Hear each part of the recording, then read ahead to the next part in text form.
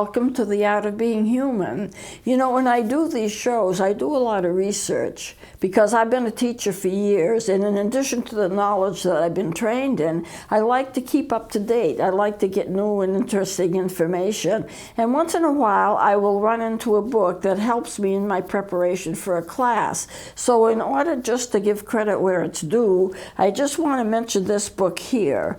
We're talking about how to build relationships in this class right now. And this book I have found helpful. People can't drive you crazy if you don't give them the keys. And so when we're talking about what is distressing to you and how to build relationships and what to do, I have turned to this book for some of the information. It's not the only book. Of course, I use a wide range of books and a wide range of things that go on that I can use for my classes. But once in a while, if I'm taking some information from the book, I like to introduce the book to give credit where it's due. Now we're talking about building relationships, and we're talking about what is drama in your life.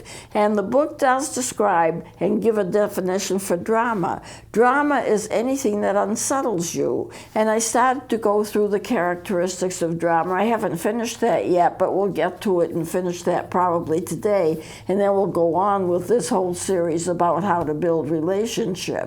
Now, what you need to realize is that you cannot force people to change. People can change and people can grow, and they do, and that's important. But they usually don't do it because somebody demands it of them. They usually do it because they just grow and they see how people behave, and they actually have somebody that they're kind of following as a role model, even though they may not even be conscious of it. And they change according to what they see in their role models. That's why it's so important to have good role models for children, because you want children to look up to the best, people with the best character, people who help the most, so they can look up and actually learn and grow from a good role model. But we do have role models in our lives. But to sit and say, okay, you've got to change this, you've got to change that, I want you to be this, I want you to be that, that usually doesn't work, because people are where they are, and they have to be motivated to make changes. Now, the exception to this that I'm telling you is if you're being abused, or if something's going on, illegal activity, whatever it is that's so distressing that you really can't live with it, you may have to set down boundaries. If you're married to an alcoholic, then the drinking has to stop, or the person has to go to AA in order to stop it, whatever it is. So sometimes if your life situation is such that it can't be satisfactory the way things are, then you have got to put a stop to it. Then you set your boundaries. This what is acceptable, this is not acceptable. For people who are not in that situation, and that's a lot of us, it's just a case of people grow when they watch other people, and they get an example to follow, and they decide to follow that example, and the growth comes naturally. It doesn't come because it's forced. It comes because you just grow into it. You know, using Jesus as an example, Jesus always led. He never stopped behind and pushed. When Jesus led his flocks, when shepherds lead their flocks, and of course Jesus calls himself the Good Shepherd, and we are the sheep of his pasture, so it applies to us, even though it's true for shepherds and sheep. They don't go behind the sheep and push, push, push. That's not the way that they lead sheep. They go in front of the sheep, and the sheep follow. And we follow what we know to be good, what we know to be right. We just follow that. So people can be gently led by example into a better kind of behavior, but they can't be forced into it. You know, they say you can't change something, you can't change spots on a leopard, but what you can be is an example to people, and that's important if you're raising children, because you need to be an example for them. Now, I want to go into, and I partly finished it, but I didn't quite finish it, about drama in your life. What is it? It's anything that is unsettling to you, anything that causes you some kind of grief, anything that causes you some kind of discomfort can be unsettling in that way. And that is our life of drama. And we all have drama in our lives. And it can be unexpected. It can be a sudden call from somebody that tells us that their best friend has had an auto accident or something. It can be anything. So what I started to do on the last segment was review some of the aspects of what drama entails in our lives. I want to just review what I did and continue on with that. First of all, drama involves emotion, and it's our emotion that it involves. Whatever it is, it's happened, and then we react to it emotionally, even though we tend to think of ourselves as being intellectual people, and we can be intellectual people, but most of our reactions to stress are going to be emotional reactions to stress, and emotion has to be expressed. So psychologists talk about inward aggression and outward aggression, and the difference between the two is this. In outward aggression, I get upset, I pound the table, I slam the door, I yell, or something like that. It's outward expression. Inward expression is I'm sullen, I'm quiet, I hold it in, I say nothing. And as a result of that, my body takes it. And then my body may not like it, and my body develops an illness, something that's related to stress. But outward aggression is actually much more beneficial, but it doesn't have to be bad. It doesn't have to be that I go around and I fight people, physically fight them, or I smash a window or something like that. You can outwardly express your emotions and do it in very creative ways. Painting, artwork, music, scrubbing the floor, cleaning, all kinds of things. As long as you're actually physically getting it out of your system, it does not have to be aggressive, even though I'm saying outward aggression. It doesn't have to be aggressive in the sense that other people are hurt or that you hurt yourself, but it does have to be that you can express the emotions in some kind of way so that it doesn't eat you up inside. So it is emotional, and that's the first thing about drama in your life. The second thing is that it involves people. There are things that will happen to you that can be bad things. You get a bad phone call, someone's hurt, someone has died, someone's been diagnosed with an unusual illness, all that kind of thing. It can be situations, but there's usually an emotional reaction to those situations. So drama involves people, and most of those situations that bother us involve people. And the people that are going to be affected most are those that are the closest to us. I can hear of a friend of mine getting into an accident, and it's bad, and I'm concerned about it, and I want to step in and help. But it's much more emotional if it's a family member that was involved in the accident. And so therefore, the drama involves people, but the people that are closest to us are the ones that have the most difficulty. We have the most difficulty with people who are closest to us, a favorite friend, a relative, a brother, a family member. And what we really want is control. Now, that's part of the whole scenario, and I think this is probably as far as I got, the control factor. We try to control things. We try to control people. We try to control events. Why? Because we want what's best for us. It's a little selfish, but in a way it's not. If we have goals, we want to make sure those goals are taken care of. And so it involves us. And so we have to understand that we want to have the control so that we can get an expected outcome. If I can control a situation, maybe I can control its outcome. And that can be satisfactory to me.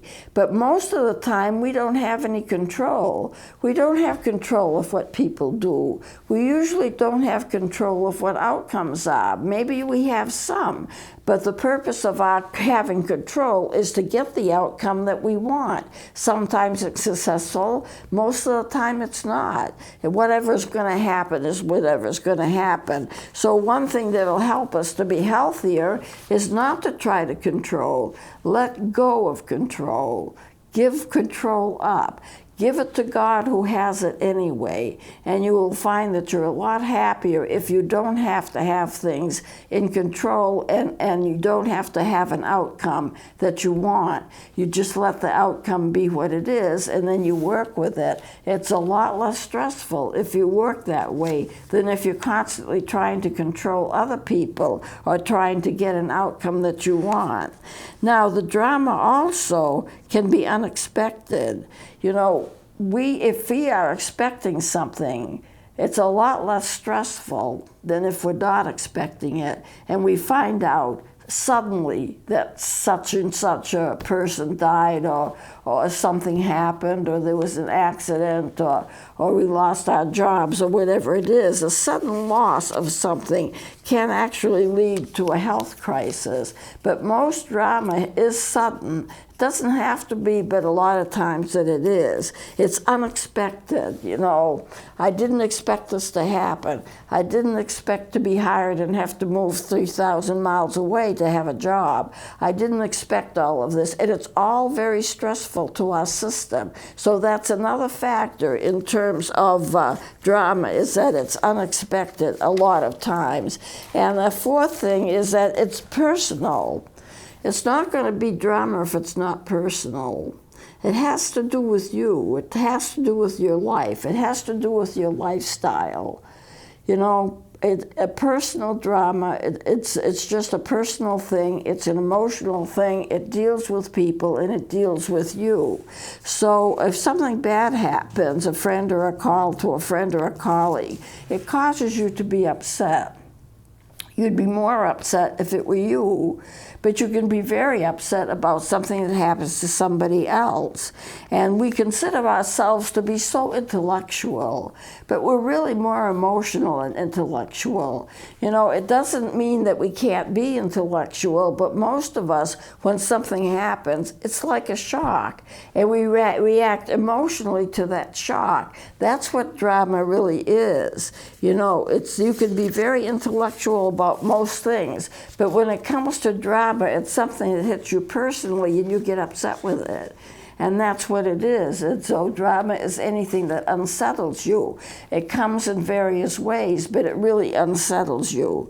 And so it's what I've often talked about people. It's always easy to be philosophical about somebody else's toothache.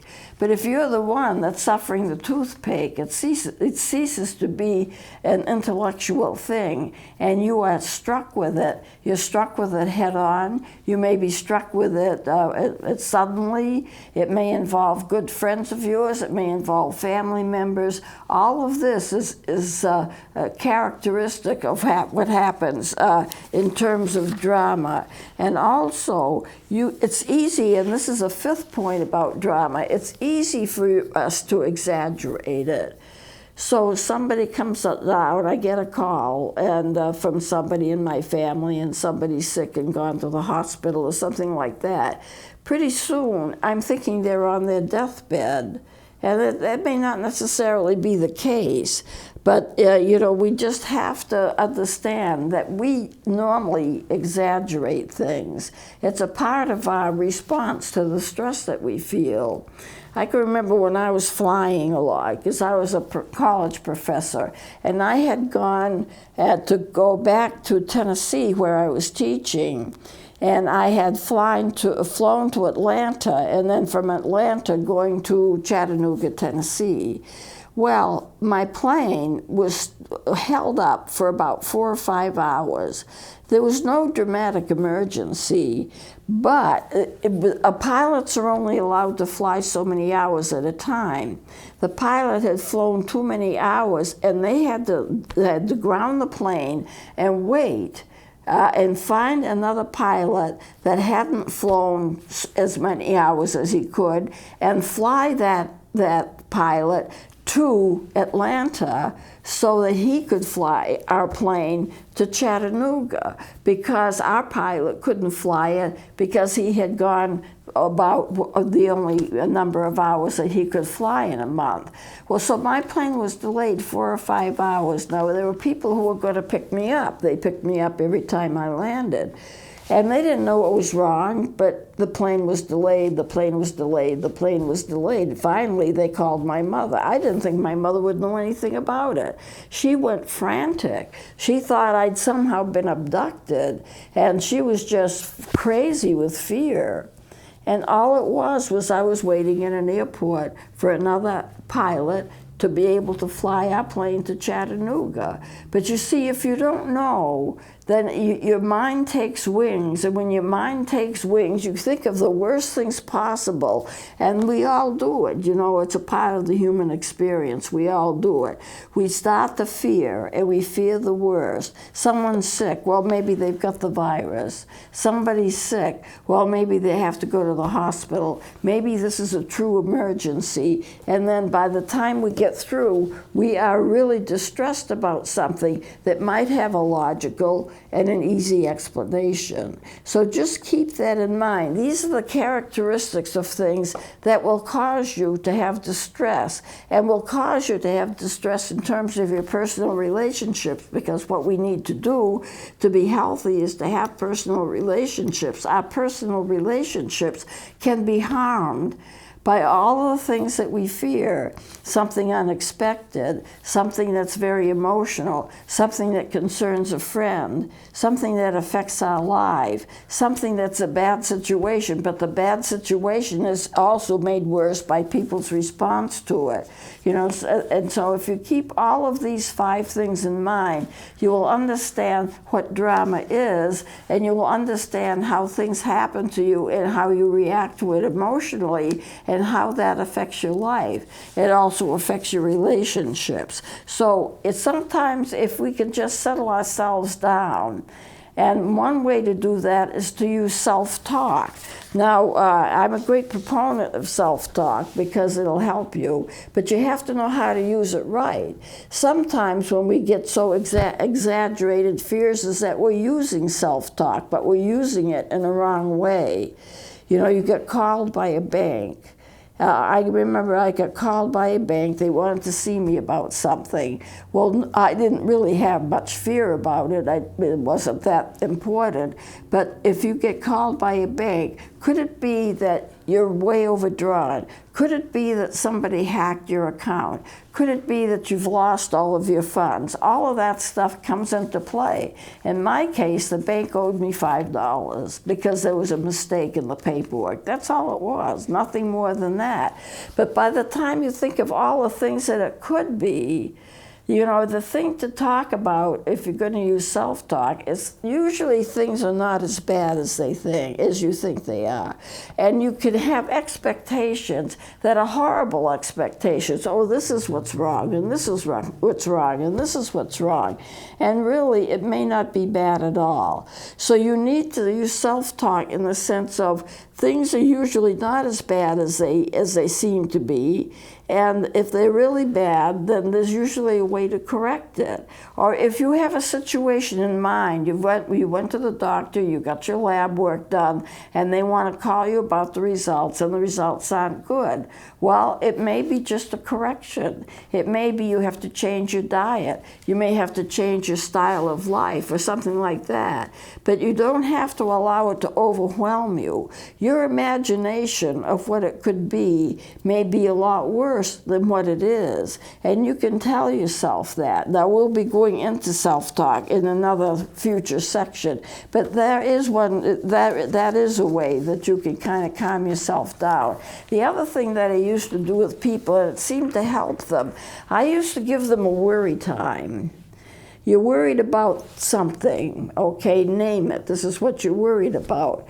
I'm going to allow myself to worry a half hour every day. I'm going to start at 6, I'm going to worry until 6:30. that's the time I'm going to worry. And every time that I think about this and start to worry, I tell myself, no, you can't worry now. This is not your time. Your time to worry is from 6 to 6:30. Now that sounds pretty artificial because we get overwhelmed so much by our emotions, but I've had people try it and it's worked. By the time they get to 6, they can't worry.